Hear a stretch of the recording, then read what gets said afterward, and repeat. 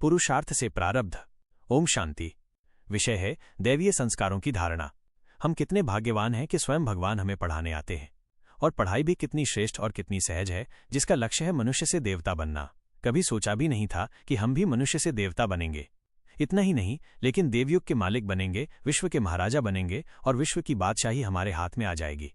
हम सभी अब मनुष्य से महान देवता बनने की तपस्या कर रहे हैं। हम एक ऐसी महान संपदा के मालिक होंगे जहां कोई चिंता नहीं होगी, जहां कोई मनोविकार नहीं होंगे, जहां दुख रोग शोक नहीं होंगे, जहां पढ़ाई का कोई बोझ नहीं होगा। आज अपने छोटे से परिवार की पालना करने के लिए मनुष्य कितने घंटे रोज मेहनत करते हैं। बच्चे अच्छी पढ़ाई पढ़ लें, उन्हें अच्छी नौकरी मिल जाए, कितनी मेहनत करते हैं और उसमें टेंशन भी कितनी होती है। एक छोटे से परिवार की पालना के लिए एक छोटा सा घर मिलता है। और सोचिए हमें क्या मिल रहा है। 2 युगों के लिए महान भाग्य। सतयुग और त्रेता युग में कुछ भी कमाना नहीं पड़ेगा और द्वापर युग में भी सब कुछ सहज प्राप्त होता रहेगा।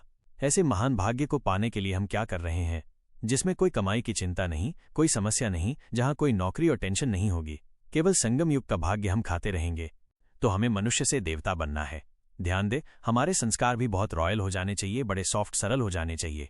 मांगने के संस्कार, बुरे वचन बोलने के संस्कार, कटु वचन बोलकर दूसरों को पीड़ा देने के संस्कार, ईगो अहम से प्रेरित संस्कार, बात बात में क्रोध करने के संस्कार, ये सब देव संस्कार नहीं है।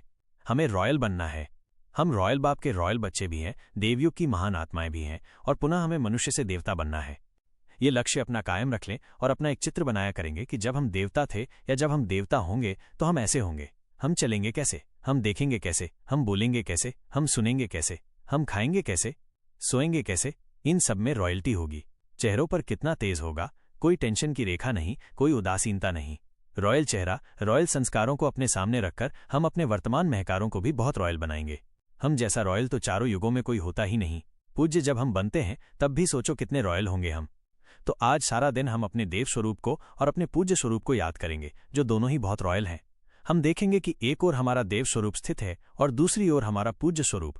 पूज्य स्वरूप में आप कोई भी अपना स्वरूप चुन लें। एक स्वरूप अपना फिक्स कर लें कि ये मेरा पूज्य स्वरूप है और बार बार उसका अभ्यास करें। तो कभी मैं अपने देव स्वरूप में हूं, बहुत रॉयल। अपने को चलता हुआ देखें, कैसे हम बोल रहे हैं उसका विजन दृश्य बनाएं, कैसे हम व्यवहार कर रहे हैं इसका विजन बनाएं। दूसरी ओर हमारा पूज्य स्वरूप चाहे विघ्न विनाशक गणेश, चाहे महाविष्णु शेष शैया पर विराजमान है, चाहे दोनों स्वरूप हमें देखकर मुस्कुरा रहे हैं और याद दिला रहे हैं कि मैं तुम्हारा ही स्वरूप हूं। ऐसे अपने पूज्य स्वरूप और देव स्वरूप की सारे दिन प्रैक्टिस करेंगे। ओम शांति।